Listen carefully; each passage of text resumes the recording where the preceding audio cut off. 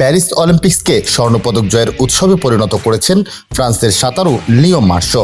আসরের চতুর্থ সোনা জয়ের পথে তিনি গড়েছেন অলিম্পিক্সের নতুন রেকর্ড। 22 বছর বয়সী এই ফরাসি ভেঙেছেন কিংবদন্তি মার্কিন সাঁতারু মাইকেল ফেলপসের রেকর্ড। 2008 সালের বেইজিং অলিম্পিকে ছেলেদের 200 মিটার ব্যক্তিগত মেডলিতে 1 মিনিট 54.23 সেকেন্ড সময় নিয়ে সাঁতার শেষ করে রেকর্ড করেছিলেন ফেলপস। 16 বছর পর প্যারিসে 1 মিনিট 54.06 সেকেন্ড সময় নিয়ে সে রেকর্ড ভেঙেছেন মার্শো। এই ইভেন্টে রৌপ্য জিতেছেন গ্রেট ব্রিটেনের ডানকান স্কট আর ব্রোঞ্জ জিতেছেন চীনের ওয়াং শান। এদিকে অলিম্পিক্সের রেকর্ড ভাঙলেও মার্শা অল্পের জন্য ভাঙতে পারেননি বিশ্ব রেকর্ডটি। ছেলেদের 200 মিটার ব্যক্তিগত মেডলির বিশ্ব রেকর্ডটি যুক্তরাষ্ট্রের রায়ান লোচটের।